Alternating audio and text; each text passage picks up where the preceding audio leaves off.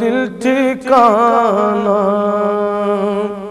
میرے حضور کا ہے، یہ جلوہ خانہ میرے حضور کا ہے، یہ جلوہ خانہ نعمتیں سب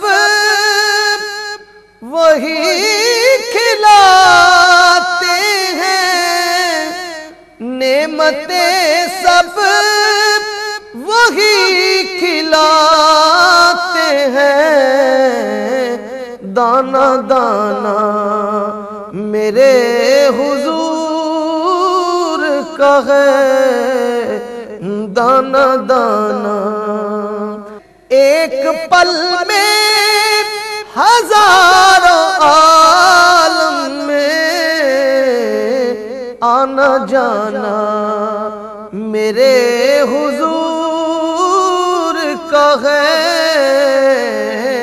آنا جانا میرے حضور کا ہے۔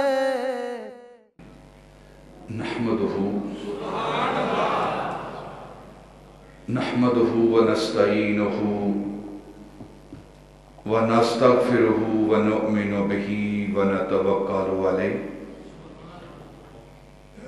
ونعوذ باللہ من شرور انفسنا ومن سیئات اعمالنا من یهده اللہ فلا مضل له ومن یضللہ فلا ہادی له ونشهد أن لا إله إلا الله وحده لا شريك له ونشهد أن محمدًا عبده ورسوله وما بعد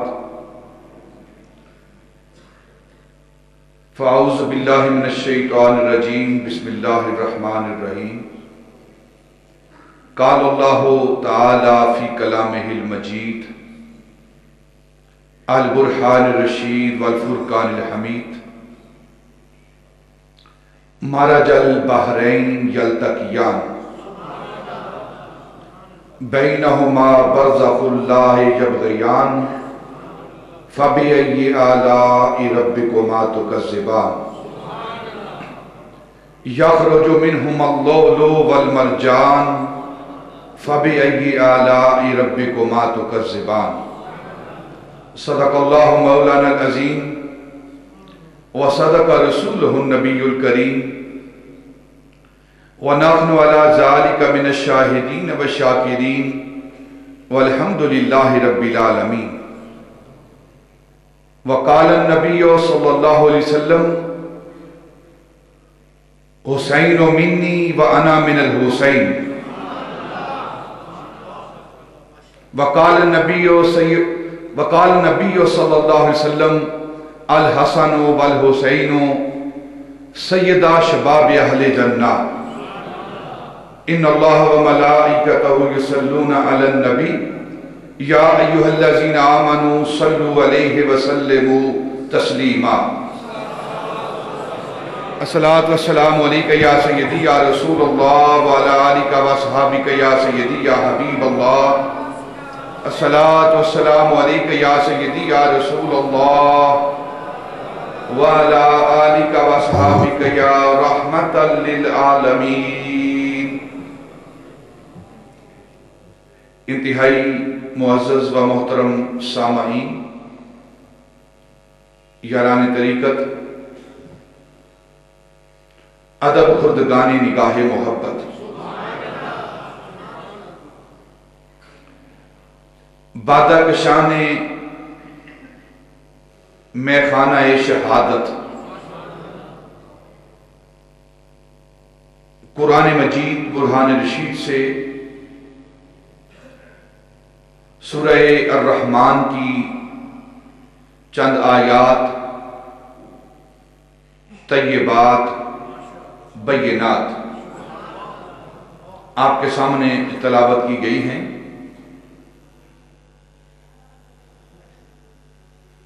انشاءاللہ العزیز ان آیات کی روشنی میں چند باتیں ہم سنیں اور سنائیں گے۔ یہ ماہ محرم الحرام جو ہی اس ماہ مبارک کا آغاز ہوتا ہے، یہ ماہ محرم الحرام آتا ہے، ایمان والوں کے سینوں کے اندر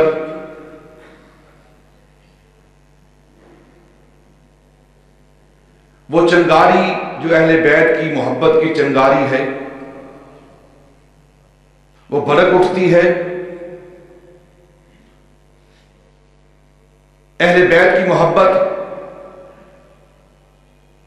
اس شعلہ جوالہ کی طرح سامنے آتی ہے جس پر مدتوں رات پڑی ہوتی ہے۔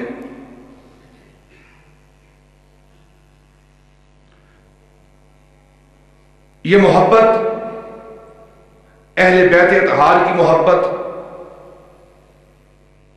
حضرت مولا علی، سیدہ طیبہ طاہرہ سیدہ فاطمہ زہرا کی محبت، حسنین کریمین کی محبت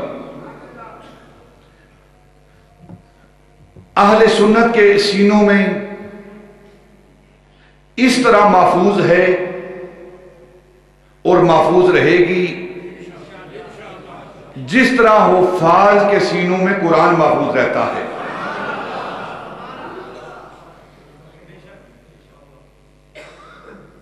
اور قیامت تک جس طرح حفاظ کے سینوں میں قرآن محفوظ رہے گا، اسی طرح اہل سنت کے سینوں میں، عشاق کے سینوں میں اہل بیت کی محبت بھی محفوظ رہے گی۔ اور یہی محبت لے کر ہم اس دنیا سے جائیں گے اور یہی ہماری نجات کا مدار ہے۔ یہاں ایک بات چھوٹی سی، اہل بیت کی محبت یہ ہماری بخشش اور نجات کا مدار ہے۔ ایک بات حضرت امام ربانی مجدد و منور الفسانی رضی اللہ تعالی عنہ کے حوالے سے عرض کرتا ہوں۔ آپ فرماتے ہیں کہ میرے والد ماجد حضرت شیخ عبد الاحد، ان کا آخری وقت ہے، نزع کا وقت قریب ہے، تو میں اپنے باپ کے پاس، اپنے والد ماجد کے پاس بیٹھا ہوا ہوں، تو میں نے اپنے والد سے سوال کیا۔ حضرت امام ربانی فرما رہے ہیں، میں نے اپنے والد سے سوال کیا، ابا جان اب آپ کی کیا حالت ہے، کیا کیفیت ہے، معاملہ کس طرح کا ہے؟ تو فرمانے لگے، بیٹا وقت قریب ہے، جلد ہی روح پرواز کر جائے گی، آپ سوال کر رہے ہو، مجھ سے پوچھ رہے ہو میری کیفیت کیا ہے، میری حالت کیا ہے، اس وقت کیا معاملہ ہے؟ تو فرمانے لگے، دنیا سے جا رہا ہوں اور تمہیں مبارک ہو، اہل بیت کی محبت لے کر جا رہا ہوں۔ اہل بیت کی محبت لے کر جا رہا ہوں۔ یہ اہل بیت کی محبت یہ ہماری ایمان کی علامت ہے اور ہماری بخشش کا مدار ہے۔ سیدنا امام حسین رضی اللہ تعالیٰ عنہ کی ذات و برکات، سیدنا امام حسن رضی اللہ تعالیٰ عنہ کی ذات و برکات، اور ان کے والدین مولا علی اور سیدہ فاطمہ رضی اللہ تعالیٰ عنہم کی محبت یہ اہل سنت کی علامت ہے، اہل سنت کی نشانی ہے۔ گو آج کل اس دور میں ہم یہ نشانی کسی اور کو دے بیٹھے ہیں، حالانکہ اگر آپ اہل سنت کے علماء کی کتابوں کا مطالعہ کریں تو علماء اہل سنت نے اہل بیت کی محبت کو ایمان کی نشانی بتایا ہے، اور اللہ رب العزت کے فضل و کرم سے اہل سنت اپنے دلوں کے اندر اہل بیت کی محبت رکھتے ہیں۔ کس انداز میں محبت رکھتے ہیں؟ کس حد تک محبت رکھتے ہیں. ہمارا یہ عقیدہ ہے، ہمارا یہ ایمان ہے کہ روزانہ ہر روز دن میں 5 مرتبہ ہم اللہ رب العزت کی عبادت کرتے ہوئے عین اس کی عبادت کے دوران اگر ہم اہل بیت کو سلام نہ کریں ہماری عبادت ہی مکمل نہیں ہوتی.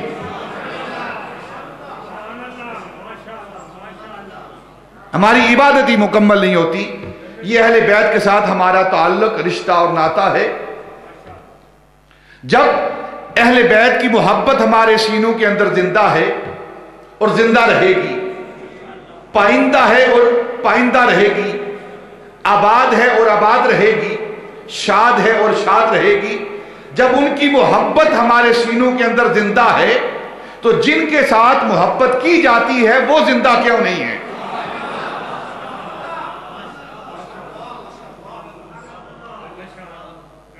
حسین اب بھی ہے زندہ،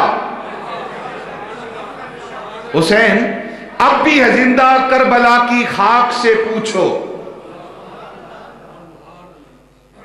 خدائے لم یزل یا پھر صاحب لو لاک سے پوچھو، علی اصغر علی اکبر سخی عباس کا درجہ کسو ناقص سے مت پوچھو، قرآن پاک سے پوچھو.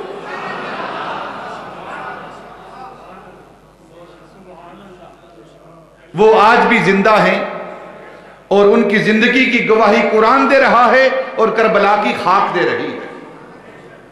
اللہ رب العزت نے قرآن پاک کے اندر ارشاد فرمایا، مرج البحرین یلتقیان بینہما برزخ اللہ یبغیان فبأی آلاء ربکما تکذبان یخرج منہما اللؤلؤ والمرجان فبأی آلاء ربکما تکذبان. یہ سورہ رحمان ہے اور اس کی چند آیات آپ کے سامنے تلاوت کی گئی ہیں. حضرت مولا علی شیر خدا حیدر قرار آپ فرماتے ہیں کہ ہر شے کی ایک دلہن ہوتی ہے، ہر شے کی ایک دلہن ہوتی ہے اور قرآن کی دلہن سورہ رحمان ہے. قرآن کی دلہن یہ حضرت مولا علی رضی اللہ تعالی عنہ کا قول گرامی ہے. آپ فرماتے ہیں کہ قرآن کی دلہن یہ سورہ رحمان ہے. اور اس سے اگلی بات اگر اپنے ذوق کے حوالے سے کروں، جس طرح قرآن کی دلہن سورہ رحمان ہے اسی طرح سورہ رحمان کی دلہن اہل بیت اطہار حسنین کریمین کا ذکر ہے.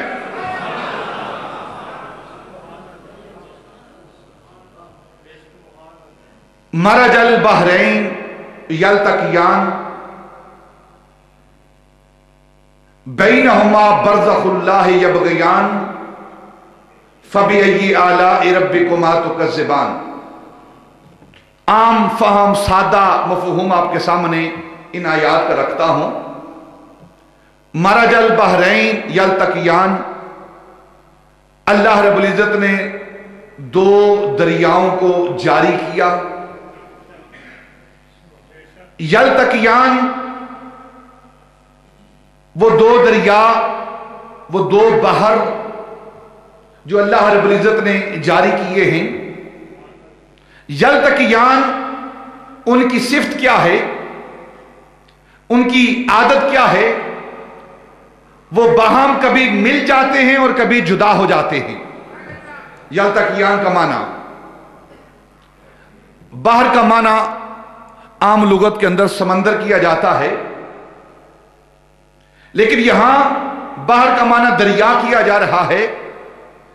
اس لیے دریا کیا جا رہا ہے کہ سمندر چلتے نہیں، دریا بہتے ہیں.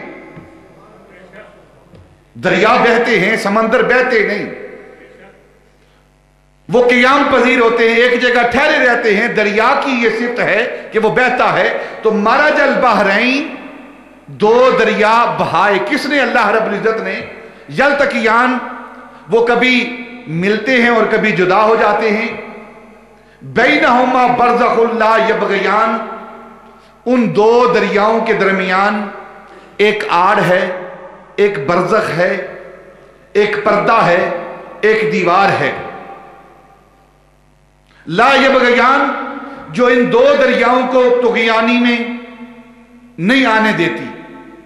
وہ دیوار، وہ پردہ ان دو دریاؤں کو ملنے نہیں دیتا. کس حال میں نہیں ملنے دیتا؟ جب ان کے اندر طغیانی ہوتی ہے. فَبِأَيِّ آلَاءِ رَبِّكُمَا تُكَذِّبَانِ، اپنے رب کی کن کن نعمتوں کو جھٹلاؤ گے. يَخْرُجُ مِنْهُمُ اللُّؤْلُؤُ وَالْمَرْجَانُ، جب یہ دو دریا آپس میں باہم ملتے ہیں تو اس کا نتیجہ کیا نکلتا ہے؟ اس سے لولو اور مرجان نکلتے ہیں. فَبِأَيِّ آلَاءِ رَبِّكُمَا تُكَذِّبَانِ، پھر اپنے رب کی کن کن نعمتوں کو جھٹلاؤ گے. علماء، محدثین، مفسرین نے اس قرآن پاک کی سورت کی ان آیات کی اپنے اپنے ذوق کے مطابق، اپنے اپنے فہم، ادراک، علم کے مطابق انہوں نے تفاسیر کی ہیں. ان دو بحروں سے مراد کیا ہے؟ اس کا مفہوم کیا ہے؟ ان دو بحروں کی تفسیر کیا ہے؟ علماء نے لکھا ہے کہ دو بحر جو ہیں، ایک بحر عذب اور ایک بحر اجاج. ایک بحر سے مراد بحر شیرین اور ایک بحر سے مراد بحر نمکین. ایک میٹھا دریا، ایک کڑوا دریا. اور قرآن پاک کی آیات اس بات کی تصریح کرتی ہیں. سورہ فرقان کے اندر، سورہ فاطر کے اندر انہی آیات کی تشریح جو ہے اللہ رب العزت دوسری آیات میں کر رہا ہے کہ ان دو دریاؤں سے مراد بحر فرات اور بحر نیل ہیں. اور پھر اللہ رب العزت انہی آیات کی وضاحت قرآن پاک کی آیات کے اندر فرات یعنی میٹھا، ساگے یعنی انتہائی خوشبودار، ان آیات کی اللہ رب العزت سورہ فاطر اور سورہ فرقان کے اندر وضاحت فرما رہا ہے. لیکن مفسرین نے لکھا ہے کہ اس سے مراد، ان دو بحروں سے مراد جہاں میٹھا اور نمکین پانی ہے، عذب اور اجاج پانی ہے، اس کے ساتھ ساتھ علماء نے لکھا ہے کہ اس سے مراد، دو بحروں سے مراد ایک دریائے نیل ہے اور دوسرا دریائے فرات ہے. ایک دریائے فارس ہے اور ایک دریائے عرب ہے. اور پھر علماء نے لکھا ہے کہ ان دو دریاؤں سے مراد، جو صوفی علماء ہیں، صوفی مفسرین ہیں، انہیں لکھا ہے کہ ان دو دریا جو اللہ رب العزت نے جاری کیے ہیں، ایک دریائے روح ہے اور ایک دریائے نفس ہے. دریائے روح اور دریائے نفس ہے. ایک دریائے قدم ہے اور ایک دریائے حدوث ہے. ایک دریائے قبض ہے اور ایک دریائے بسط ہے. یہ قبض اور بسط تصوف کی اصطلاحات. ایک دریائے قبض ہے، ایک دریائے بسط ہے. اور علماء نے لکھا ہے کہ ایک دریائے علم ہے اور ایک دریائے حکمت ہے. جہاں علماء نے بہت سارے اقوال نقل کیے ہیں، پھر آگے اس کی تفصیلات بیان کی ہیں. اپنے مقصد کی طرف، اپنے مفہوم کی طرف، اپنے مراد کی طرف آتا ہوں.